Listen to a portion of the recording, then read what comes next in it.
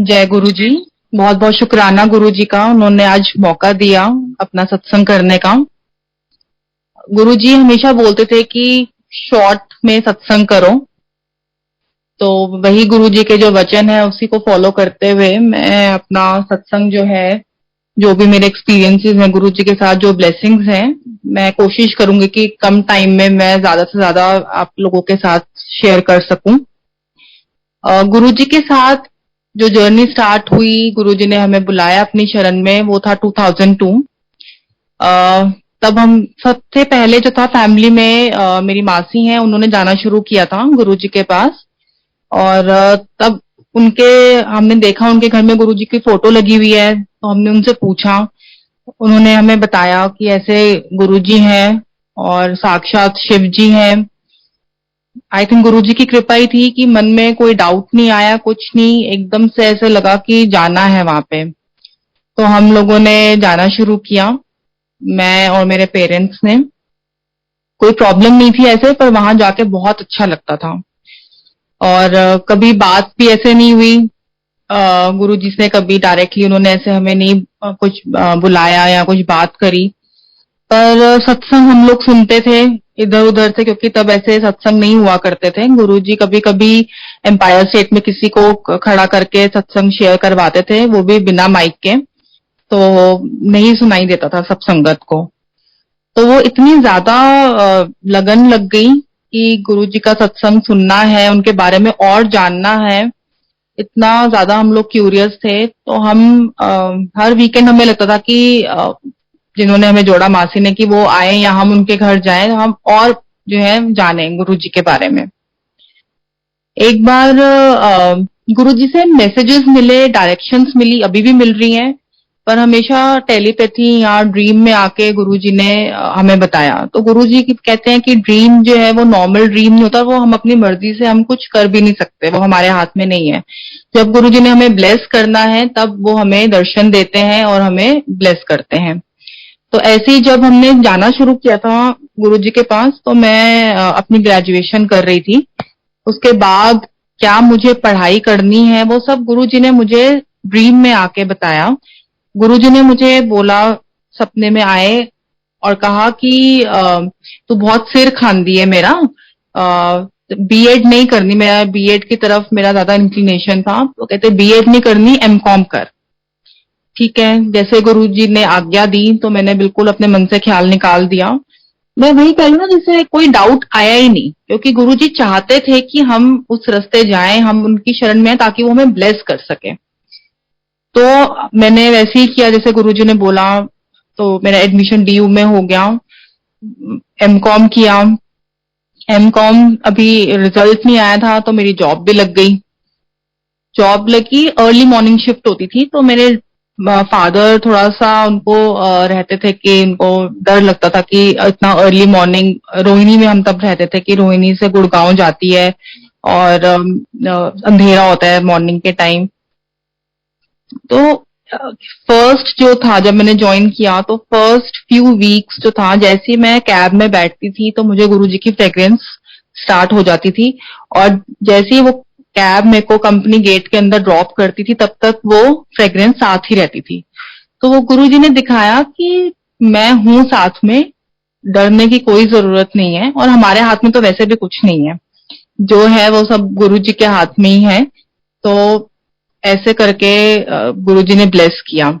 उसके बाद फिर गुरुजी आए सपने में और मुझे बोलते हैं कि तेरी मां बार बार कहती है कुड़ी दा ब्याह करा दो, ते तू चिंता ना कर, उन्होंने बोल दे मैं तेरा ब्याह करावांगा, मैं तेरे वास्ते मुंडा रखे हुए हैं सिलेक्ट करके।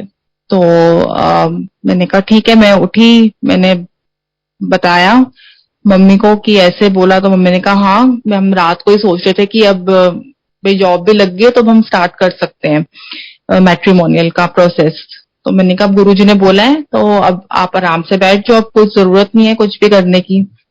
और तब मुझे जब ये सपना आया था तब मेरे को दिखाया था गुरुजी ने, तब इतना ऐसे सत्संग होते भी नहीं थे, कि बहुत बड़ा ग्राउंड है, पंडाल लगा हुआ है वहां पे, और वहां गुरुजी अपनी गद्दी में बैठे और वहां सत्संग हो रहा है। और जब मैंने आज्ञा ली तो गुरुजी ने मुझे एक छोटा सा हाथ में स्लिप पकड़ाई, पेपर था फोल्ड हुआ हुआ। तो मैंने कहा ये क्या है गुरुजी? तो कहते ये तेरा फ्यूचर है। उसके अंदर 2 वर्ड्स लिखे हुए थे मेरे लिए, जो मैसेज था। तो कहते ये तेरा फ्यूचर है। तो मैंने बस आज्ञा ली और मैं आ गई। उसके बाद फिर ठीक है, जब मैंने ये अपने पेरेंट्स को बताया तो फिर हम लोग बैठ गए आराम से। कुछ उन्होंने एफर्ट नहीं किया कि जब गुरुजी ने बोला कि खुद ही करेंगे तो ठीक है, खुद करेंगे। और इसके बीच में भी काफी जो है एक्सपीरियंसेस होते रहे। जैसे एक बार मेरी मदर को ड्रीम आया गुरुजी का, और गुरुजी मोस्टली ब्लैक सॉक्स पहन के रखते थे। तो उस टाइम जो था गुरुजी ने अपने चरण दिखाए दर्शन में। ये सब ड्रीम का मैं आपको बता रही हूँ। तो जैसे ही मम्मी ने टच करना चाहा उनके चरण, तो गुरुजी ने कहा नहीं, कल वीरवार है, कल तो तूने आना है, कल तू मेरे पैर छूना। हमने अपना थर्सडे डे फिक्स किया हुआ था, हम एवरी थर्सडे जाते थे एम्पायर स्टेट। उसके बाद जब नेक्स्ट डे हम लोग गए मंदिर में, तो हम सब तीनों लाइन में लगे हुए हैं, मेरे पेरेंट्स और मैं, आज्ञा लेने के लिए। और हमने आज्ञा ली और मम्मी को जो था बिना सॉक्स के दिखे चरण, और हमको सॉक्स के साथ। तो जब हम बाहर आए तो मम्मी ने कहा देखो, मेरे को गुरुजी ने रात को कहा था और मेरे को गुरुजी के बिना सॉक्स के चरण थे, मैंने छुए उनके पैर जैसे गुरुजी ने कहा था। हमने कहा हमें तो नहीं दिखे। तो वही गुरुजी ने जिसको जिस तरीके से ब्लेस करना है, क्योंकि कहते हैं कि हर सोल की एक अपनी जर्नी है, अपना एक कनेक्शन है। तो ऐसी शायद उनको दर्शन देने थे, उनको जरूरत होगी उस टाइम ब्लेसिंग्स की, तो इसलिए उनको ऐसे गुरुजी ने ब्लेस किया। फिर एक बार मम्मी को ही सपना आता है और गुरुजी बोलते हैं कि ये सब मैं आपको बता रही हूँ जब गुरुजी चोला में थे, तब के मैं आपको सारे एक्सपीरियंसेस बता रही हूँ। तो तब गुरुजी ने मम्मी को बोला कि कल तू मंदिर आएंगी, अपने नाल मोटी नु लेके आई। तो मम्मी ने कहा मोटी को लेके आना? तो मम्मी ने मेरी मामी का नाम लिया। तो कहते नहीं नहीं, अपनी भैन नु नाल लेके, अपनी भरजाई नु नाल लेके आई। तो मम्मी ने बोला उनको कि आपको चलना है, गुरुजी ने बुलाया है। तो उनका थोड़ा सा हेल्थ इश्यूज रहते थे, तो उन्होंने कहा कि नहीं मैं तो नहीं जा पाऊंगी। तो मम्मी ने कहा नहीं, आज कुछ होगा स्पेशल, तभी वो गुरुजी ने आपको स्पेशली आपका नाम लेके बुलाया है। तो हम जब पहुंचे, थोड़ा लेट भी हो गए, नहीं तो हम हमेशा बिफोर टाइम हम पहुंचते थे वहां पे। उस दिन हम लेट हो गए तो शब्द नहीं चल रहे थे, तो बड़ा थोड़ा स्ट्रेंज लगा, नहीं तो बाहर तक आवाज आती थी। तो लाइट भी डिम थी, ब्राइट रहता था अदरवाइज मंदिर। तो हम जब पहुंचे तो वहां पे सेवादार अंकल थे, उन्होंने हमें वहीं पर ही बिठा दिया, जो एम्पायर स्टेट में 2 सीढ़ियां एंटर करते ही हैं।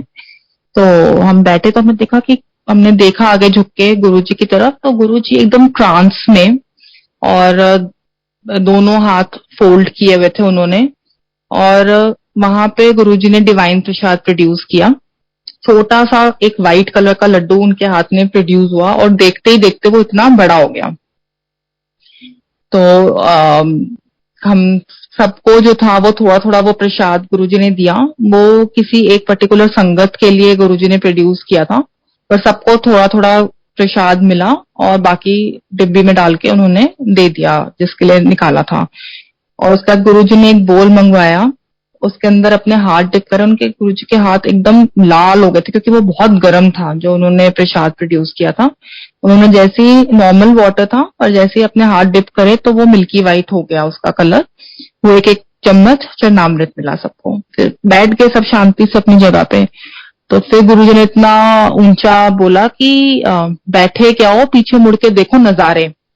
तो जब हमने पीछे मुड़ के फोटोज में देखा तो इतना अमृत गुरुजी की फोटोज में, पर मतलब उनका था कि टच नहीं करना बिल्कुल भी, दूर से ही देखो। इतनी फ्रेग्रेंस, पूरे वैसी फ्रेग्रेंस इतनी आती थी, और ज्यादा फ्रेग्रेंस आ रही, और इतना ज्यादा अमृत निकल रहा था। तो शायद वो डिवाइन प्रसाद प्रोड्यूस करके वो खिलाना था मेरी मामी जी को। उनके हेल्थ इश्यूज बहुत थे, तो इसीलिए घर से गुरुजी ने उनको बुलाया ब्लेस करने के लिए।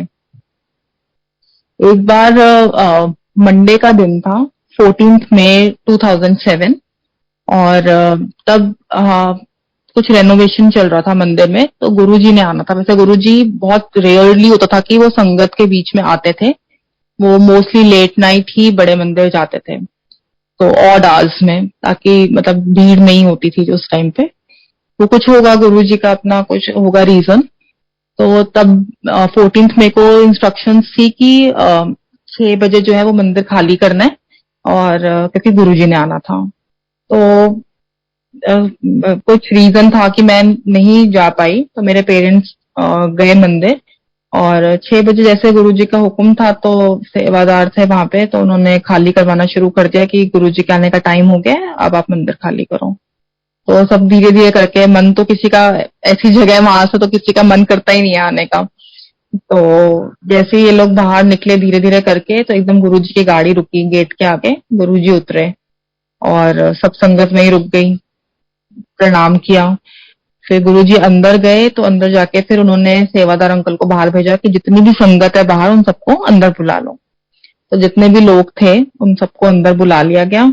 और गुरुजी जो मंदिर में जैसे हम एंटर करते हैं मेन हॉल की तरफ, तो लेफ्ट साइड वाला जो लॉन, वहां पे गुरुजी बैठ गए थे प्लास्टिक की चेयर पे, और सब संगत वहां बैठ गई। तो एक अंकल ने बोला कि मेरे को 1 साल हो गया आते हुए, आज तक कभी मेरी बात नहीं हुई है गुरुजी से। तो वो अंकल मेरे फादर की तरफ इशारा करके बोलते हैं कि आपको तो 1 साल हुआ है, ये देखो भाटिया अंकल, इनको 5 साल हो गए आते हुए, और इनकी कभी बात नहीं हुई गुरुजी से, इन्होंने तो कभी ऐसे कोई कंप्लेंट नहीं करी, तो वे तो आते हैं। तो बस इतना कहने की देर थी, तो गुरुजी ने मैसेज भिजवाया कि भाटिया अंकल को बुला के लाओ। वो फर्स्ट टाइम था जब गुरुजी ने बुलाया था हमें बात करने के लिए, नहीं तो आज तक कभी ऐसे डायरेक्ट बात नहीं हुई थी। पर हाँ, कोई ब्लेसिंग्स में पर कोई कमी भी नहीं थी। तो बात करी, कहाँ रहते हो, फिर थोड़ी देर में मम्मी को भी बुला लिया। खुद ही गुरुजी जवाब दे रहे थे, क्योंकि गुरुजी के आगे तो हम नाम भी भूल जाते थे अपना, उनका जो ऑरा और वो होता था। तो गुरुजी थोड़ा कंफर्टेबल फील कराने के लिए खुद ही जवाब दे रहे थे, खुद ही क्वेश्चन कर रहे थे, और वो ये भी बता रहे थे कि मुझे पता है सब चीजें, तो तुम ये मत सोचो कि अगर बात नहीं हुई है तो मुझे मालूम नहीं है तुम लोगों के बारे में, मुझे सब कुछ पता है। फिर मेरी बड़ी सिस्टर के बारे में पूछा, कहाँ रहती है, इन लॉज के बारे में, वो गुरुजी ब्लेस करते जा रहे थे पूछ पूछ के। फिर मेरे बारे में पूछा कि छोटी बेटी कहाँ पे है, तो उन्होंने बोला मम्मी पापा ने कि नहीं वो आज नहीं आ पाई है। तो कहते हैं अच्छा, कहाँ काम करती है, तो उन्होंने कहा कि जनपथ में। तो गुरुजी हंसते हुए बोले अच्छा जनपथ, सोनिया गांधी को काम कर दी है, और बहुत जोर से हंसे। उसके बाद फिर पापा को बोलते हैं कि क्या काम की कम कर दे हो तुसी। तो फिर पापा ने कहा कि मैंने तो गुरुजी वीआरएस ले ली है। कौन सी कंपनी से, तो पापा ने बताया कि यहाँ से। तो कहते ले कमले हुए पे ने सारे, एक मैं वेला सी ते हुन एक तू वेला आ गया। तो ऐसे गुरुजी बीच बीच में थोड़ा थोड़ा सा जो थोड़ा करते थे कि थोड़ा लाइट करने के लिए, कि हम इतने स्ट्रेस में ना आए कि गुरुजी हमसे सवाल कर रहे हैं। उसके बाद फिर संगत में से ही उन्होंने मेरे फादर इन लॉ जेठरा अंकल को बुलाया, और मेरे पापा को बोलते हैं कि ए देख ए जेठरा वे एनू मैं 3 बार न्यू लाइफ दिती है। तो पापा ने कहा हाँ जी गुरुजी पता है। तो फिर उनको बोला जेठरा अंकल को कि भाटिया अंकल ने बड़ा चंगा परिवार है। तो गुरुजी के मुंह से ऐसे वर्ड्स, तो पता नहीं हम इस लायक भी हैं या नहीं है कि गुरुजी ने इतना बड़ी चीज हमारे लिए बोली कि चंगा परिवार है। फिर कहते हैं कि चल तेरा मुंडा ते तेरी कुड़ी आपस में ब्याह कर लो। तो ऐसे गुरुजी ने जो प्रॉमिस किया था कि मैं शादी करवाऊंगा, मैंने लड़का रखा हुआ है तुम्हारे लिए संभाल के, तो वो 14th मई को गुरुजी ने बड़े मंदिर में, जिसको हम शिवलोक हेवन है बिल्कुल, वहां पे गुरुजी स्पेशली आए और उन्होंने शादी फिक्स करी। उस टाइम ना मैं थी वहां पे और ना मेरे हस्बैंड उस टाइम वहां पे थे। तो हम लोगों को घर पे फोन आया कि ऐसे गुरुजी ने शादी फिक्स कर दी है। हम बाय फेस जानते थे क्योंकि बहुत कम संगत होती थी, तो बाय फेस हम जानते थे, पर कभी ऐसे बात नहीं हुई थी। उसके बाद फिर गुरुजी ने जो लास्ट संडे था जुलाई का, सॉरी मई का, तब गुरुजी ने बुलाया दोनों फैमिलीज को, एम्पायर स्टेट बुलाया, और वहां पे जब आज्ञा ले रहे थे तो गुरुजी ने अपने हाथों से लड्डू प्रसाद बांटा। साथ में एक आंटी खड़ी थी, तो गुरुजी ने बोला कि देख इन्ना दा ब्याह ते मैं करा दिता है, आज तो मैंने लड्डू भी बांट दिए इनकी शादी के, अब ये आपस में अपनी फॉर्मेलिटीज करते रहे। तो गुरुजी ने पहले ही हमारी शादी, मतलब उनकी तरफ से तो शादी हो ही गई थी, और पूरा गुरुजी ने फिर चोला छोड़ दिया 31st को। पर उसके बाद गुरुजी ने पूरा गाइड किया, जैसे जैसे उन्होंने इंस्ट्रक्शंस हमें दी थी हमने वही फॉलो करी, कि बहुत ज्यादा इलैबोरेट नहीं करना है, शादी का फंक्शन छोटा करना है, कितने लोग बुलाने हैं, मतलब सब कुछ गुरुजी ने एक एक चीज बताई हमें। और 29 जुलाई की डेट बताई, तो तब हमारी शादी हुई। उसके बाद फिर हम लोग जो था, गुरुजी ने हमें बैंगलोर भेज दिया। हमारा जॉब का कुछ हुआ, बहुत ही रिलक्टेंटली बहुत कोशिश करी हमने कि हम ना जाएं। उसके लिए मेरे हस्बैंड ने काफी ज्यादा पैकेज बताया, पर उन्होंने वो भी एक्सेप्ट कर लिया, क्योंकि गुरुजी चाहते थे कि हम जाएं वहां पे। क्या रीजन था गुरुजी का, वो गुरुजी ही जाने। तो हम लोग पहुंच गए वहां पे। उसके बाद गुरुजी का बर्थडे आया 7 जुलाई, तो हमें बड़ा फील हो रहा था कि मंदिर भी नहीं है, हम इतनी दूर चले गए मंदिर से, हम दूर हो गए गुरुजी से, हमें ऐसा फीलिंग आ रही थी। तो हमने कहा कोई बात नहीं, हम आपस में बैठ के गुरुजी को याद करते हैं, शब्द सुनते हैं और लंगर प्रसाद बना लेते हैं। तो जब हमने वो किया, तो मैं ऐसी लेटी तो मेरी आंख लग गई। तो गुरुजी आए मेरे ड्रीम में, कि मेरे घर की डोर बेल बजी है। मैंने दरवाजा खोला तो सामने गुरुजी थे, और गुरुजी अंदर आए और अपने पॉकेट से उन्होंने हैंकी निकाला और बिछा के जमीन पे बैठने लगे। तो मैंने बोला कि नहीं नहीं गुरुजी, आप ऊपर बैठो, जमीन पे क्यों बैठ रहे हो? तो मुझे कहते हैं नहीं, झल्ली है, लंगर तो हमेशा नीचे बैठ के होता है। तो उन्होंने बैठे, और जो जो मैंने उस लंगर सत्संग के लिए बनाया था, वो गुरुजी ने एक चीज ली। मैं खीर देना भूल गई थी, तो गुरुजी ने वो मांग के लिया कि खीर प्रसाद, और बोला बड़ा सोना प्रसाद बनाया है तू। और उसके बाद फिर मेरी आंख खुल गई। तो हम नहीं जा पाए, पर हमारे मन में इच्छा थी, तो वो गुरुजी खुद आ गए हमें वहां पे ब्लेस करने के लिए। और धीरे धीरे जो हमें एक कमी महसूस होती थी कि संगत नहीं है, मंदिर नहीं है, पर वो गुरुजी ने ऐसे पूरी करी, एक एक करके हमें संगत मिली, कैसे कनेक्शन हुआ। और करते करते अब तो खैर बहुत संगत है बैंगलोर में, इतने सत्संग होते हैं। तो वो गुरुजी ने एक छोटे सा हमें वहां पे गुरु परिवार दे दिया था। उसके बाद फिर गुरुजी ने संगत में से किसी को ड्रीम आया, और गुरुजी ने बोला कि मैं और मेरे हस्बैंड खड़े हैं गुरुजी के पास, और गुरुजी ने बोला कि जाओ फैमिली प्लानिंग स्टार्ट करो, मई जून ਤੁਹਾਨੂੰ मुंडा ब्लेस किता। तो ठीक है, जैसे गुरुजी की आज्ञा थी। तो पूरा जब हुआ तो मेरी डॉटर हुई। तो हमें लगा कि गुरुजी ने तो मुंडा कहा था, इतने मैसेजेस पूरा टाइम आते रहे कि लड़का ही होगा लड़का ही होगा, तो कैसे हो गया? ऐसा कुछ नहीं था, डॉटर्स या उसका कुछ नहीं था कि बेटा ही होना है। पर वो था कि कैसे गुरुजी के वचन कैसे वो हो गए, चेंज हो गए। तो इतने में मेरी मदर को एक संगत का फोन आता है, और कहते हैं कि आंटी मेरी दीदी की बेटी हुई है। तो मम्मी ने कहा हाँ अभी अभी जस्ट हुई है। तो कहते हैं कि मेरे को ना रात को सपने में गुरुजी आए थे, और उन्होंने मुझे दिखाया कि उन्होंने बेटा ब्लेस किया है, पर वो जो बेटा है उसकी हर स्टेज दिखाई लाइफ की, कि वो टॉडलर है और फिर उसके बाद टीन एज और यंग। तो कहते कि इतना वो बिगड़ गया है कि दोनों जो है सिर पे हाथ रख के पेरेंट्स बैठे हुए हैं, और वो इतना ज्यादा राउडी और बदतमीज टाइप का वो बच्चा है। तो गुरु जी थे ये देख, अगर मैं इस टाइम पे बेटा देता तो इनका ये हाल होता, क्योंकि बेटा इनके लिए बहुत भारी था, इसलिए मैंने उसको बेटी में कन्वर्ट कर दिया। तो कहते कि बेटा तो मैं ऐसे ही बांट देता हूँ सबको, पर बेटियां जो है मैं बहुत किस्मत वालों को देता हूँ। ये गुरु जी के वर्ड्स थे। तो अब हमें लगा कि अच्छा ठीक है, गुरु जी ने जो है मतलब कन्वर्ट किया बेटे को, बेटी में कन्वर्ट किया। उसके बाद फिर उसका नाम था, हमको था कि हम नहीं रखेंगे उसका नाम, गुरु जी ही रखेंगे। हाँ, कि गुरु जी का ब्लेस्ड बच्चा है तो गुरु जी ही उसका नाम रखेंगे जो उसके लिए ठीक होगा। हम वेट करते रहे। फिर मेरे फादर को गुरुजी ने दर्शन दिए और बोला कि उसका नाम नंदनी रख दो। तो एक दिन लोगों ने सोचने में लगा दिया, मेरे पेरेंट्स ने, कि नंदनी पता नहीं ओल्ड फैशन नाम है, और बैंगलोर में हम तब रहते थे, वहां पे नंदनी ब्रांड का दूध मिलता है। तो उनको ये था कि पता नहीं सब चिढ़ाएंगे, स्कूल जाएगी। तो एक दिन उन्होंने ऐसे डिस्कशन में निकाल दिया, हमें नहीं बताया। अगले दिन फिर गुरुजी आते हैं दर्शन में और डांट लगाते हैं मेरे फादर को कि तेरा काम है उनको मैसेज देना, वो वेट कर रहे हैं इस मैसेज का, बाकी वो माने या ना माने वो उनकी मर्जी है, पर तू अपना काम कर। और कौन सा उन्हें पूरी जिंदगी बैंगलोर बैठे रहना है। तो फिर अगले दिन जब सुबह हुई तो पापा ने हमें फोन किया, हम तो वेट कर ही रहे थे, तो हमने अपनी डॉटर का नाम नंदिनी रख दिया।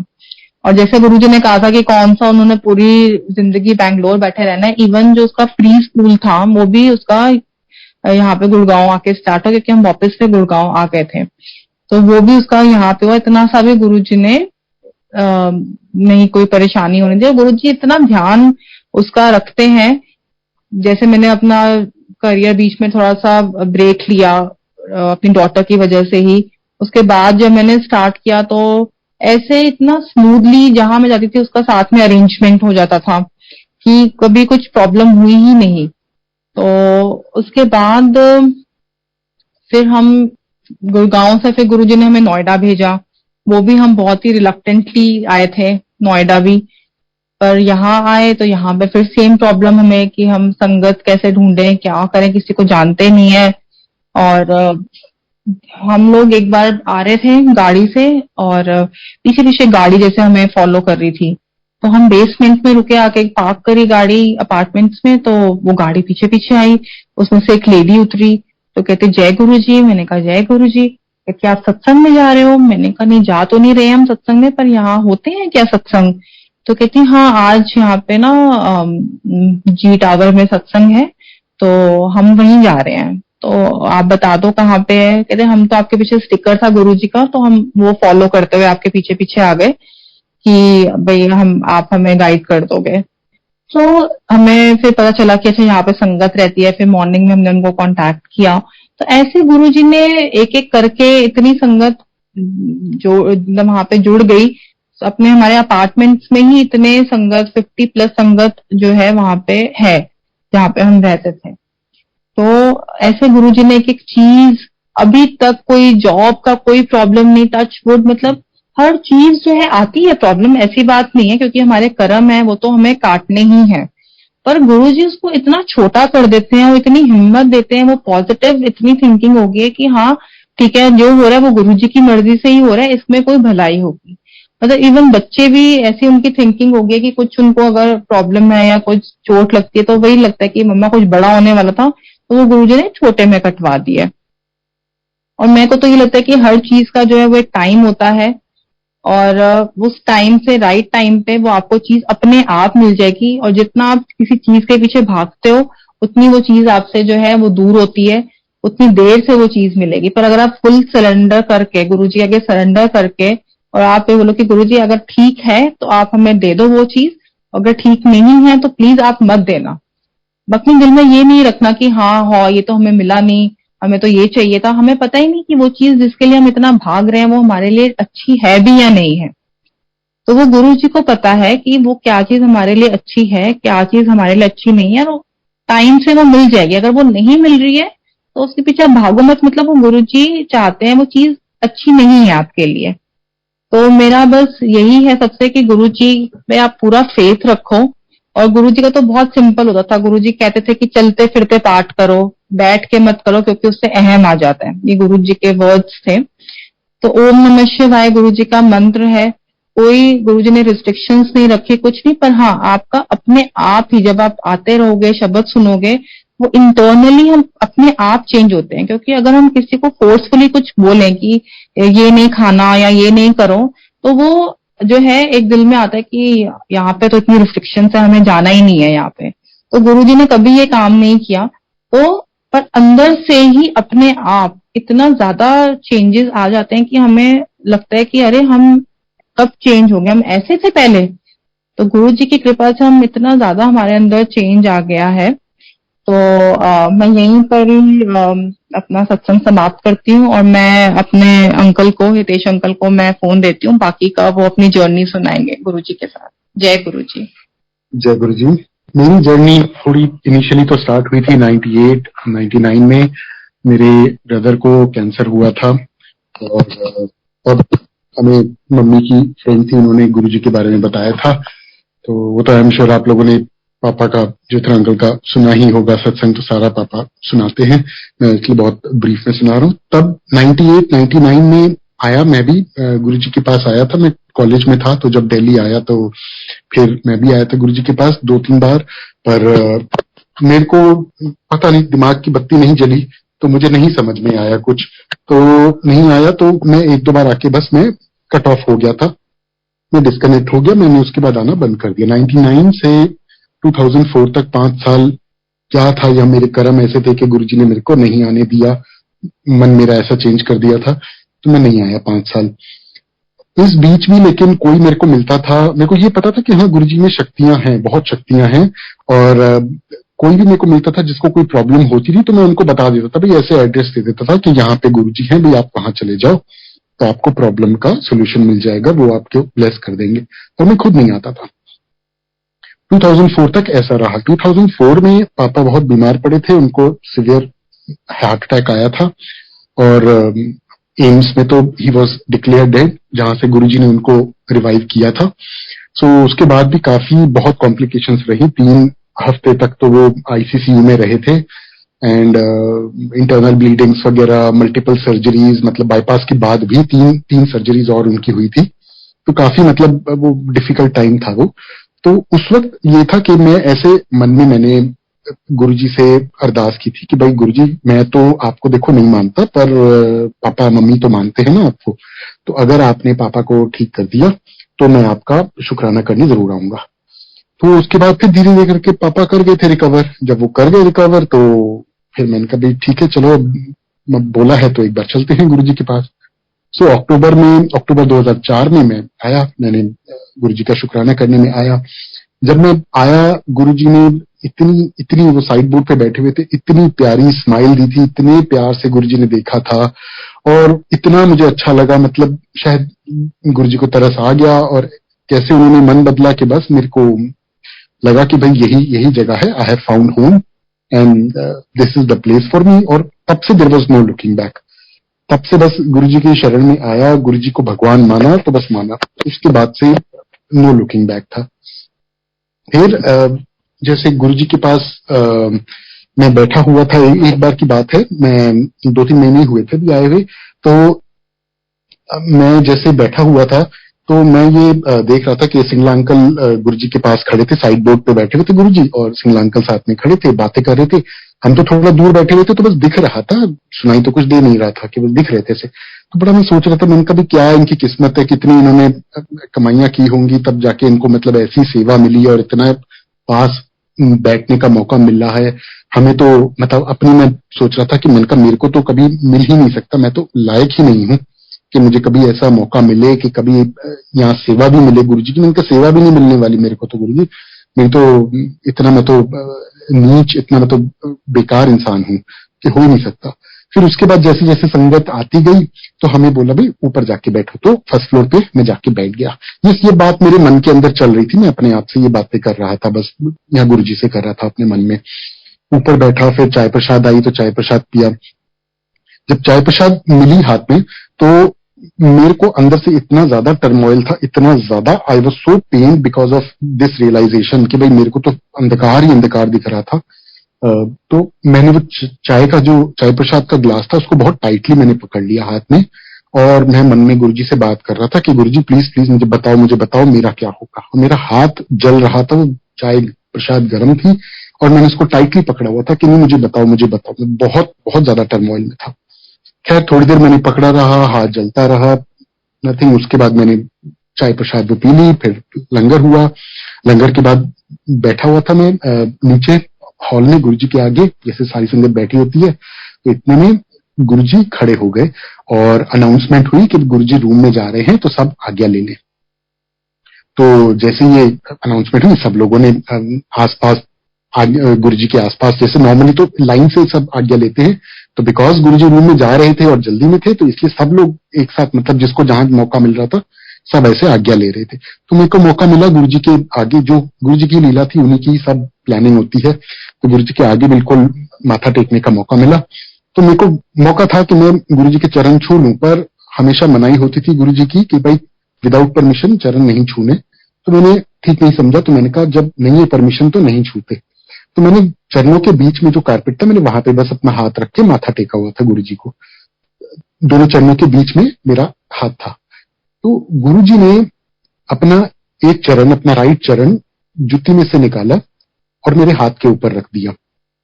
एंड मेरा तो एकदम मतलब माथा मैंने टेका हुआ था, मेरा तो सर घूम गया, भाई ये क्या हो गया, ये क्या कर दिया भाई ये गुरुजी ने, मैं तो एकदम सर घूम गया, मेरा क्या हो रहा है ये। पता नहीं, आई डोंट नो कितनी देर था, शायद कुछ सेकंड थे या मिनट था, आई डोंट नो कितनी देर थी। ऐसे उन्होंने किया एंड देन वापस अपना चरण डाला जुत्ती के अंदर एंड ही वॉक्ड अवे। ना मैंने कुछ गुरुजी को बोला, ना गुरुजी ने कुछ मेरे को बोला, पर ही answered my question, he gave me the confirmation कि I am there, you don't worry, मैं सब देख लूंगा, मेरे पे छोड़ दो, मेरे पे भरोसा रखो, जो करना है मैं करूंगा, तुम्हें कुछ नहीं करना, तुम सरेंडर करो, बाकी सब मैं करूंगा। तो दिस इज जो मेरे को जो मैसेज लगा कि जो गुरुजी ने मेरे को बोला है कि I am there, you don't worry. And true to his words Guruji ने रखा है ख्याल, तब से लेके आज तक इतनी अप्स एंड डाउन्स आए हैं लाइफ में, पर हर मुसीबत से गुरुजी ने हाथ पकड़ के निकाला है, हर प्रॉब्लम से निकाला है, हर कंफ्यूजन में उन्होंने डायरेक्शन दी है, गाइडेंस दी है उनकी, जहां जहां प्रॉब्लम में फंसते हैं गुरुजी ने बचाया है, हर मुसीबत से बचाया है। तो बहुत शुक्राना है गुरुजी का कि हर उस प्रॉब्लम से उन्होंने बचा के रखा। तो उस वक्त मैं अपने बिजनेस कर रहा था, तो फंक्शन से पहले की सफाइयां चल रही थी मंदिर में, तो गुरुजी एकदम से आ गए थे। तो आए तो ऐसे पापा से बात कर रहे थे, तो पूछा मेरे बारे में भी, मुंडा क्या करते हैं, तो बताया गुरुजी ने। तो उन्होंने कहा नहीं अभी बिजनेस बंद करे, अभी जॉब करे। तो उन्होंने बोला तो मैंने बंद कर दिया। उसके बाद फिर कुछ महीने में सर्च करता रहा, जॉब की हंटिंग चलती रही थी, बिजनेस तो बंद कर दिया था, पर कुछ कहीं बात बन नहीं रही थी। फिर गुरुजी ने एक बार पूछा कि भाई क्या हुआ, इसका क्या कर रहे हैं, तो पापा ने बताया भी अभी तो कुछ हुआ नहीं है, जॉब देख रहा है। तो गुरुजी ने कहा 15 दिन में नौकरी, 15 दिन में छोकरी, ऐसे करके just laughed and he said that. And true to his words 15 days के अंदर 13th डे पे I landed with a job and वहां से बस फिर एक वो सिलसिला शुरू ही हो गया बिल्कुल। उसके बाद देन 31 दिसंबर का फंक्शन था 2006 का एंड बहुत ज्यादा फॉग थी उस दिन पे, तो हम लोग बैठे हुए थे, फिर आज्ञा मिली हमें। उसके बाद गुरुजी ने आज्ञा दी कि भाई जाओ। तो एक आंटी थी पंजाब से, तो गुरुजी ने उनको हमारे घर पे रहाया हुआ था। तो 2 गाड़ियों में हम आए थे, एक मेरी गाड़ी थी और एक उन आंटी की गाड़ी थी जिनमें आए थे हम। तो उसके बाद गुरुजी ने आज्ञा दी भाई छुट्टी है, तो हम लोग जा रहे थे। पीछे से फिर सेवादार को गुरुजी ने भेजा और बुलाया कि भाई जेठरा अंकल को गुरुजी बुला रहे हैं। तो हमने सोचा भाई हमें तो नहीं रुकना चाहिए, स्पेशली सिंस 2 गाड़ियां हैं हमारे पास और हमें रुकने को नहीं बोला, सिर्फ पापा को बोला है। तो पापा रुक गए और हम लोग सब निकल आए। और फिर वैसे उनको दूसरी गाड़ी चलानी थी, बट वो काफी पुरानी थी और इतनी अच्छी कंडीशन में नहीं थी, तो मैंने अपनी गाड़ी उनको दे दी और उनकी गाड़ी हमने ले ली कि भाई आप अकेले आ रहे हो तो आप ये गाड़ी रखो, और हम दूसरे में आ गए। तो रास्ते में इट सो हैपन कि I band into the car, वो मैं चला रहा था और आगे वाली गाड़ी में मैंने ठोका। काफी गाड़ी में काफी प्रॉब्लम था, ब्रेक्स खराब थी, उसकी लाइट्स खराब थी, वाइपर खराब था, काफी प्रॉब्लम थी गाड़ी के अंदर। तो उसकी वजह से वो ठीक से चल नहीं रही थी एंड ब्रेक लगाई तो ब्रेक लगी नहीं एंड आगे वाली गाड़ी में ठोका, काफी जोर से लगी थी एंड बम्पर वगैरह टूटा था, बोनेट काफी मुड़ गया था, शीशा, मम्मी मेरे साथ बैठी थी, उनका सर शीशे को जाके लगा, शीशा टूट गया, पर शी वॉज अनहर्ट। तो हम सबको गुरुजी ने बचा लिया। एक्सीडेंट तो काफी भयंकर हुआ, बट ऑल ऑफ अस को कुछ नहीं हुआ, जो हुआ वो गाड़ी को हुआ डैमेज। ठीक है, उसके बाद गाड़ी भी चल गई लकीली, तो हम चला के उसको वापस घर भी ले आए धीरे धीरे करके। थोड़ी देर में पापा भी आ गए, तो फिर पापा ने बताया भाई मैं तो बैठा हुआ था गुरुजी के पास और थोड़ी देर में ऐसे ही बस सडनली गुरुजी बोलते हैं भाई जो था जाता नहीं न्यू लाइफ की थी। तो पापा भी सोच रहे थे भाई मैं तो भला चंगा बैठा हूँ, भाई कुछ है नहीं, चलो होगा कुछ, गुरुजी ने लाइफ बख्शी है, एक्सटेंड की है लाइफ। तो देन वी कोरिलेटेड कि भाई अराउंड द टाइम जब हमारा एक्सीडेंट हुआ, that was the time by and large जिस टाइम पे गुरुजी ने उनको ये चीज बोली। जो गाड़ी, वो गाड़ी वैसे पापा ने चलानी थी और उसमें शायद एक्सीडेंट होना था and the accident had to be fatal, जिससे गुरुजी ने उनको ये पूरा कुछ करके, सारा कुछ जो उन्होंने की मैनिपुलेशन जिसके और करके उन्होंने पापा को न्यू लाइफ दी। उसके बाद जब अगले हफ्ते जब हम गुरुजी के पास आए तो गुरुजी ने बोला पूरे टबर को मैंने न्यू लाइफ दी है। तो वे गॉट टू नो कि अच्छा भाई हम सभी ने शायद उस गाड़ी में होना था, एंड गुरु जी ने हम सबको न्यू लाइफ दी उस दिन, नहीं तो सबका ही उस दिन एक्सीडेंट में पता नहीं क्या हाल होना था। तो शुक्राना गुरु जी का लाइफ बख्शने के लिए। फिर उसके बाद बैंगलोर हम लोग जब गए तो वहां पे सब कुछ बहुत अच्छा था, बहुत बढ़िया था, बहुत अच्छे से गुरुजी ने सेटल किया। बस यही प्रॉब्लम होता था, भाई सत्संग नहीं है यहाँ पे, वो बड़ा पिंच करता था कि कोई सत्संग नहीं है, संगत नहीं जानते हम किसी को, और बाकी सब तो बहुत अच्छा है। तो 1-1.5 साल तो हमारा ऐसे ही निकल गया इसी चक्कर में कि भाई यार यहाँ सत्संग नहीं होते यार। तो इस बात फिर हमने एक बार सोचा, भी मेरी मम्मी और सिस्टर आए हुए थे बैंगलोर, तो हमने कहा भी सत्संग रख लेते हैं आपस में, ठीक है हम फैमिली आपस में बैठ जाएंगे। सो हमने एक सत्संग रख लिया, अभी सैटरडे को करेंगे सत्संग। पापा मंदिर में ही थे, पापा दिल्ली में ही थे, तो मंदिर में सेवा चल रही थी, तो वो किसी को बता रहे थे कि भाई सैटरडे को मेरे बेटे के यहाँ बैंगलोर में सत्संग है। तो दीपक अंकल जो है, दीपक गुप्ता अंकल जो चाय प्रसाद सर्व करते हैं, वो ही happen to pass from there. उसी वक्त जो गुरु जी की प्लानिंग है वो तो सब कि उसी वक्त वो वहां से गुजर रहे थे, और बस उन्होंने इतना बस उनके कान में आवाज पड़ी कि भाई बैंगलोर में सत्संग है सैटरडे को। तो उनके रिलेटिव्स जो है वो बैंगलोर में रहते थे, उन्होंने कहा भी हमें बताओ कहाँ पे होता है सत्संग, मेरे भी रिलेटिव्स हैं वहां पे। तो ऐसे करके हमें कुछ संगत के बारे में पता चल गया। फिर एक बार मैं एक संगत थी, उनसे मिलके मैं वापस घर आ रहा था, तो रास्ता में भटक गया थोड़ा, जीपीएस वगैरह नहीं था उस वक्त मेरे पास, तो मैं रास्ते में भटक गया। मैं भी सोच रहा हूँ कहाँ फंस गया यार, और मैं चले जा रहा हूँ जंगल के बीच में चले जा रहा हूँ, समझ ही नहीं आ रहा कहाँ हूँ मैं, कोई मिल नहीं रहा बंदा जिससे मैं रास्ता पूछ सकूं। I am just driving with no knowledge. मैंने कहा कहाँ गुरुजी फंसा दिया आपने मेरे को। तो एक ट्रैफिक लाइट पे फिर मैं रुका हुआ था, किसी ने आके खिड़की पे नॉक किया, आधी रात का समय, मतलब 8:30-9 बज रहे होंगे, बारिश पड़ रही थी, अंधेरा। किसी ने आके खिड़की पे नॉक किया, भाई आप जेठा अंकल के बेटे हैं, आप गुरुजी के यहाँ जाते हैं, आप तो आरकेपुरम में रहते थे। मैंने कहा कमाल है, मैं बैंगलोर में गिनती के 4 लोगों को नहीं जानता अपने ऑफिस के बाहर, और यहाँ in the middle of nowhere मुझे ये भी नहीं पता मैं कहाँ खड़ा हूँ, यहाँ कोई आके मुझे बता रहा है, और मुझे उनको ये भी पता है कि मैं दिल्ली में कहाँ रहता हूँ। तो क्या गुरुजी की प्रोग्रामिंग थी, वो भी हमारे पड़ोसी थे आरकेपुरम में, और गुरुजी की संगत भी थी। तो ऐसे करके गुरुजी ने जोड़ा। तो एक एक करके गुरुजी संगत से हमें जोड़ते गए, जो हमें लगता था यहाँ तो संगत है ही नहीं, संगत सत्संग होते ही नहीं, वो गुरुजी हमें ऐसे जोड़ते गए। और क्या गुरुजी की प्लानिंग थी, क्या वहां पे सत्संग स्टार्ट हुए, और धीरे धीरे संगत इतनी जुड़ती गई कि मतलब अब तो हजारों में वहां पे संगत है, दिन में पता नहीं कितने सत्संग होते हैं वहां पे। तो सब गुरुजी का ही किया हुआ है, इसमें हमारा कुछ भी नहीं था, हम तो सिर्फ पपेट्स हैं, जो गुरुजी जैसे कराते थे वो हो जाता था। बस ऐसे गुरुजी ने सत्संग वहां पे करवाए, और जो एक प्रॉब्लम हमें लगती थी कि सत्संग नहीं होते, वो भी गुरुजी ने दूर कर दी। फिर उसके कुछ टाइम बाद हम गुड़गांव आ गए। फिर गुड़गांव के बाद हम कुछ टाइम बाद नोएडा शिफ्ट होने की बात हुई, मेरी जॉब लगी तो मैं नोएडा से अप डाउन करने लगा। फिर अप डाउन नहीं हो पाया तो मेरे को काफी मतलब टायरिंग हो जाता था नोएडा से गुड़गांव अप डाउन करना।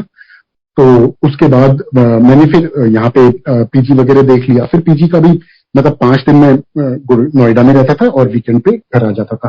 फिर वो भी वर्कआउट नहीं हो रहा था, तो हम सोचने लगे कि भाई चलो नोएडा शिफ्ट हो जाते हैं। लेकिन मेरी जो आंटी थी और मेरी जो डॉटर थी, दोनों अपने स्कूल में बहुत अच्छे सेटल थे, तो दे वर नॉट वेरी विलिंग कि भाई हम यहाँ अच्छे सेटल्ड हैं, तो लेट्स कंटिन्यू हियर ओनली, भाई आप अप डाउन कर लो, ये ऐसे ही कंटिन्यू करते हैं। सो वो बात हो गई, हमने छोड़ दी बात को। इतने में जब मेरी आंटी के स्कूल में बात चली कि भाई हम नोएडा में भी एक ब्रांच खोल रहे हैं और हम चाहते हैं कि आप उस ब्रांच को हेल्प करो and you take care of it. तो मेरी आंटी बहुत खुश हो गई, शी एग्रीड टू दैट। और जैसे ही ये बात हुई तो हमने भी फिर स्कूल देखना शुरू कर दिया, स्कूल हंटिंग शुरू हुई, और गुरुजी की कृपा से बहुत अच्छे स्कूल में मेरी डॉटर का एडमिशन भी हो गया। सब कुछ इंटरव्यू वगैरह हुआ, हम क्लियर किया सारा कुछ। फिर हम गए, फीस देके आए, उनकी जो एडमिशन फीस वगैरह है वो जैसे ही हमने पे की और हम वापस आए। अगली सुबह मेरी आंटी ऑफिस गई है और ऑफिस में उसको बताया कि हम जो नोएडा में स्कूल खोलने वाले थे वो हमने कैंसिल कर दिया आइडिया। शी वाज लाइक यार ये तो गुरुजी आपने धोखा कर दिया हमारे साथ, आपने तो आपके बोलने पे हमने ये पूरा किया है, अब देखो अब आप ऐसे कर रहे हो। तो वो फिर मैं उसको वही समझा रहा था, मैंने कहा तुमने सीधे तरीके से मानना नहीं था, तो गुरुजी ने तुम्हें लॉलीपॉप डैंगल किया तुम्हारे आगे, ये तो तुम नोएडा शिफ्ट नहीं होना था, now we have to shift to Noida, ये गुरुजी की ही मर्जी है, this is what he wants, so let's do it. So we went ahead with it, हम लोग नोएडा शिफ्ट हुए एंड वहां पे फिर धीरे धीरे गुरुजी ने सब सेटल किया। घर भी दिलाया निधि को, आंटी को, मेरे उनको जॉब भी उनके लगवाई, सब कुछ बेटी को सेटल किया, सब कुछ सेटल करते गए। हमें सत्संग का भी आंटी ऑलरेडी शेयर कर चुकी है, सत्संग भी स्टार्ट हो गए, हमारी सोसाइटी के ही अंदर स्टार्ट हो गए।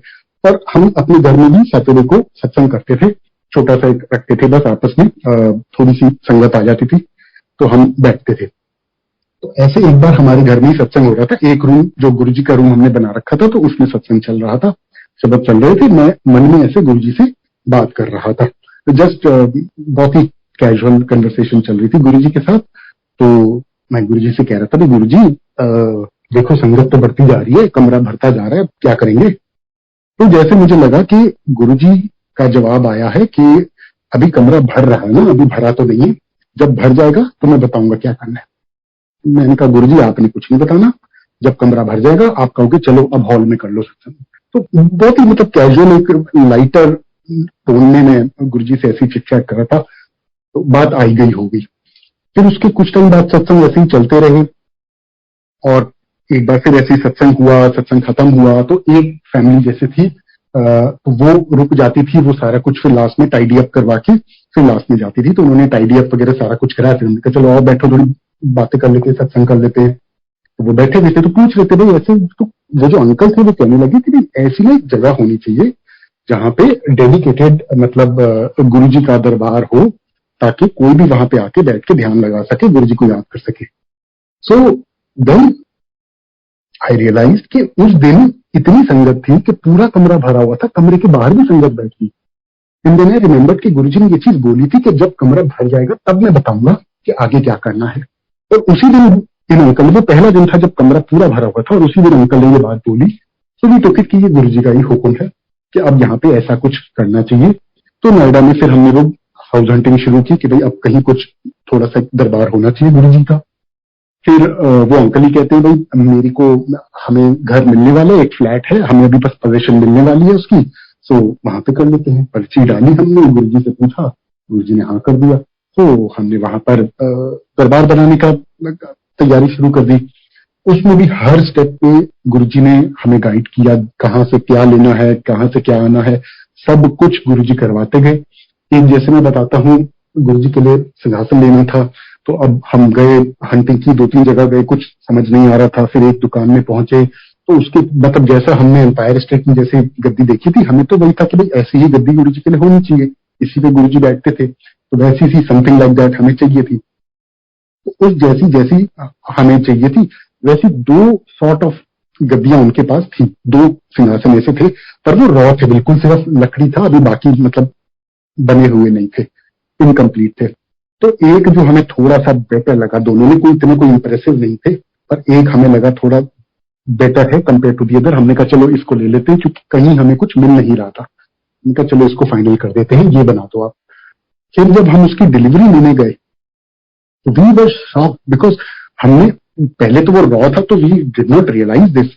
अब जब वो तैयार होकर आई थी तो उसने देखा जहां जैसे गुरुजी का सर होगा उसके पीछे बिल्कुल वो पूरा शेषनाग बना हुआ है, एंड मतलब वो दिख रहा था बिल्कुल कि ये गुरुजी की ही मर्जी है, और उन्होंने ही ये पूरा प्लान करके अपने लिए अपनी पसंद की गद्दी उन्होंने सिलेक्ट करवाई है।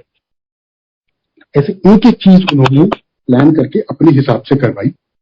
फिर उसके बाद एक बार मैं बताता हूँ, जैसे मेरी नाइट शिफ्ट होती थी तो दिन के टाइम में घर पे होता था, मेरी आंटी ऑफिस में होती थी। जब मेरी डॉटर स्कूल से आती थी तो मैं उसे बस स्टॉप से लेने जाता था। तो एक बार मैं अपनी डॉटर को लेने गया बस स्टॉप से, जब मैं वापस आ रहा था तो पावर आउटेज हो गया, लाइट चली गई। अब डीजी का उस वक्त हमारे सोसाइटी में प्रॉब्लम चल रहा था, खराब पड़ा हुआ था। तो जैसे अब तो जब मेंस आएगी तभी लिफ्ट चलेगी, तब तक तो लिफ्ट नहीं चलने वाली, और मेंस कब आएगा वो नोबडी नोज। तो अब हम रहते थे 23rd फ्लोर पे, 23rd फ्लोर, और गर्मी होती थी। अब यहाँ तो गर्मी में नीचे बैठे रहो या 23 फ्लोर चढ़ के जाओ। हमने कभी पता नहीं 2 घंटे वेट करके फिर ऊपर चढ़े, उससे अच्छा चलो लेट्स गो। ये और मेरी डॉटर हमने चढ़ना शुरू किया, चढ़ने लगे। वो मेरी डॉटर बोली ये फ्लोर आ गया, ये फ्लोर आ गया। मैंने कहा तो क्या मजाक कर रही है, अभी तो हमने चढ़ना शुरू किया है, मुश्किल से 2, 4, 5 फ्लोर हुए होंगे, और तू कह रही है पता नहीं ये फ्लोर आ गया, ये फ्लोर आ गया। थोड़ा आगे जाके मैं देखूं दूसरी बिल्डिंग्स की छत दिखने लग गई मेरे को। फिर मैं देखूं हम तो अपने फ्लोर पे पहुंच गए। 23 फ्लोर्स कब चढ़ गए बिल्कुल मुझे पता नहीं चला। विदाउट ब्रेक हमने यही सोचा था भी ब्रेक ले लेंगे, चलो जहां थकेंगे ब्रेक ले लेंगे, बट विदाउट ब्रेक हम लोग 23 फ्लोर्स चढ़ के, जो कि मेरी लाइफ में 23 के, मैं अपने ऑफिस में 3 फ्लोर चढ़ता था विदाउट मतलब स्टेयर्स पे चढ़ता से के थ्रू में जाता था अपने ऑफिस में, मेरी हालत खराब हो जाती थी 3 फ्लोर्स चढ़ने में। 23 फ्लोर्स में कैसे चढ़ गया I have no idea, and I am sure बीच के 8-10 कितने फ्लोर्स गुरुजी ने गायब कर दिया। आई डोंट इवन थिंक मैं 23 फ्लोर चढ़ा था, कितने गुरुजी ने गायब कर दिए, कितनी आराम से हमें पहुंचा दिया। और जैसे ही हम ऊपर पहुंचे हैं, अभी दरवाजा भी नहीं खोला, उतनी देर में लाइट। तो कुछ क्या कर्म थे, क्या होना था, क्या गुरुजी ने कटवाना था, वो गुरुजी ने ऐसे करके कटवा दिया कि कुछ फर्क भी नहीं पड़ा, और गुरुजी ने हमें इसमें से निकाल भी दिया। फिर उसके कुछ टाइम बाद मैं बताता हूँ, फिर हम एक बार हमारा पापा एक बार काफी बीमार पड़े थे, उनको, मैं ऑफिस के लिए तैयार हो रहा था रात को, तो इसमें कॉल आया कि पापा को पैरालिटिक अटैक आया है। तो इमीडिएटली मैं भागा कि भाई हॉस्पिटल के लिए हम लोग निकले। तो अभी आधे रास्ते ही पहुंचे थे, तो बड़ा डर लग रहा था उस वक्त, तो बड़ा टेंशन इतना चल रहा था, बिकॉज एज इतनी, पापा was 75 plus at that time, phone की घंटी भी बजती थी और डर लगता था पता नहीं क्या हुआ। तो अभी डीएनडी तक ही पहुंचे थे, तो फिर फोन आया ब्रदर का मेरे। मैंने पूछा, मैंने कहा पापा ठीक है, बहुत डर में थे एंड ऑल के क्या हो रहा है, क्या पता नहीं क्या हो जाए। सर हाँ पापा ठीक है। मैंने कहा कुछ बोला उन्होंने, is he able to talk?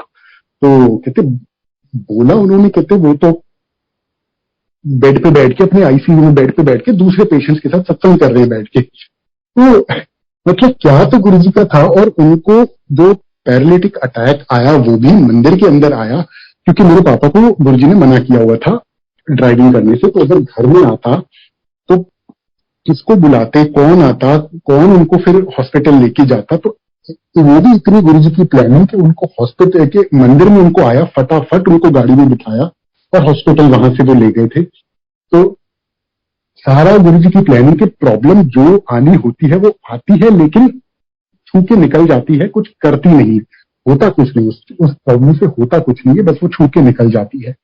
तो कैसे उससे गुरुजी ने बचाया। और जब ये डॉक्टर्स ने देखा था पापा को, तो उन्होंने बताया with your age and your condition आपको 6 to 9 मंथ्स की टाइम लगेगा और फिजियोथेरेपी लेनी पड़ेगी, तब जाके 9 मंथ्स में आप थोड़े इंडिपेंडेंट हो पाओगे कि आप अपने खुद के काम आप खुद कर सकोगे। This is what doctors had told him, and within a week की ज्यादा बता रहा हूँ, हफ्ते के अंदर अंदर पापा हैड फुल्ली रिकवर्ड। तो क्या तो गुरुजी की कृपा थी, क्या गुरुजी की ब्लेसिंग्स हैं कि 9 मंथ्स का गुरुजी ने 1 हफ्ते के अंदर काट दिया उनको, and he was absolutely fit and fine, अपने पैरों पे खड़े and fully independent within a week Guruji ने उनको कर दिया। उसके बाद हम लोग ये 1 हफ्ते बाद ही हमारा ऋषिकेश का प्लान था। तो पापा जब ठीक हो ही गए तो हमने कहा चलो let's continue with the plan. तो हम लोग हरिद्वार ऋषिकेश गए थे। वहां पे किसी ने हमें बोला था कि भाई हमारे लिए गंगा जल ले आना, तो ठीक है ले आते। तो जो ऋषिकेश में जो पानी है वो थोड़ा मडी था वहां पे साइड्स में जहां पे हम भर रहे थे। सो आई वाज लाइक कि चल मैं थोड़ा सा आगे से भर देता हूँ, साफ पानी आ जाएगा। तो जैसे मैंने 1 स्टेप और आगे लिया तो पानी ऑलरेडी मेरे चेस्ट पे था। जैसे मैंने 1 स्टेप आगे लिया वहां पे कुछ वो एकदम से लेवल बहुत डीप चले जाता है, 1-1.5 फीट नीचे चला गया मैं, एंड वाटर मेरे सर के ऊपर से चला गया। And I don't know how to swim, and Ganga का पानी तो क्या फ्लो है वो तो आप जानते ही हैं। तो एकदम से I was gasping for breath and I was हाथ पांव मार रहा था, I was calling for help and there was nobody, कोई मेरी मदद के लिए नहीं आ रहा था। And I was gasping and पानी मेरे अंदर जाने लग गया। I was drowning. इतना बस मेरे मन में आया कि गुरुजी बचा लो, बस ये थॉट मेरे मन में आया। पानी तो अंदर जाना शुरू हो चुका था मेरे, एंड इमीडिएटली मेरे को नीचे, पैरों के नीचे आई फेल्ट समथिंग, कुछ पत्थर जैसा कुछ मुझे फील हुआ। वो आई एम श्योर वो गुरुजी का ही भेजा हुआ था, ऐसे तो हो नहीं सकता। और उसके सहारे मैं उसको टच कर पकड़ते पकड़ते मैं बाहर आ गया। With in seconds I was out. बस गुरुजी को याद करने की देरी थी, सिर्फ गुरुजी को याद करने की देरी थी। इतना मन से निकला कि गुरुजी बचा लो, एंड इमीडिएटली गुरुजी ने इस प्रॉब्लम में से बचा लिया। जब अभी कुछ टाइम पहले गुरुजी का ड्रीम आया था, मुझे एम्पायर स्टेट में बैठा हूँ एंड मैं पीछे बैठा हूँ, काफी गुमसुम सा बैठा हूँ। तो गुरुजी ने मुझे आगे बुलाया और मेरे को बोला भी मेरे चरण दबाओ। तो जब उनके चरण दबा रहा था मैं, तो पैर एकदम जली हुई लकड़ी जैसे थे पैर उनके, बिल्कुल जली हुई लकड़ी ही थी वो। उनका गुरुजी ऐसे। तो 2 मिनट ऐसे मेरे से गुरु जी ने अपने चरण दबाए। इतने में मम्मी पापा आ गए दरवाजे से, तो गुरु जी ने कहा चलो अब बाकी की मम्मी से सेवा करवाऊंगा। सो और वो क्या था ड्रीम, क्या ब्लेसिंग्स गुरु जी ने देनी थी, पर गुरु जी ने दर्शन देके कौन से कष्ट काटने थे वो काटे और ब्लेसिंग्स दी गुरु जी ने। और इस तरह गुरु जी ने इतनी ब्लेसिंग्स दी है, इतने सालों में इतनी ब्लेसिंग्स दी हैं। अब तो 18 साल हो गए गुरु जी के साथ, और मतलब सोचना भी मुश्किल है कि गुरु जी के बिना तो कैसे हम जिएंगे, और कैसे इतने साल हमने उनके बिना निकाले, वो तो अब तो सोच के भी डर लगता है। एक भी दिन अब तो उनकी कृपा के बिना हम जी नहीं सकते। बस I would like to conclude my satsang here. इतना ही है फ्रॉम मेरे साइड, एंड शुक्राना गुरु जी का। गुरु जी ऐसे ही अपने चरण शरण में रखें और कृपा बनाए रखें हमारे ऊपर। जय गुरु जी।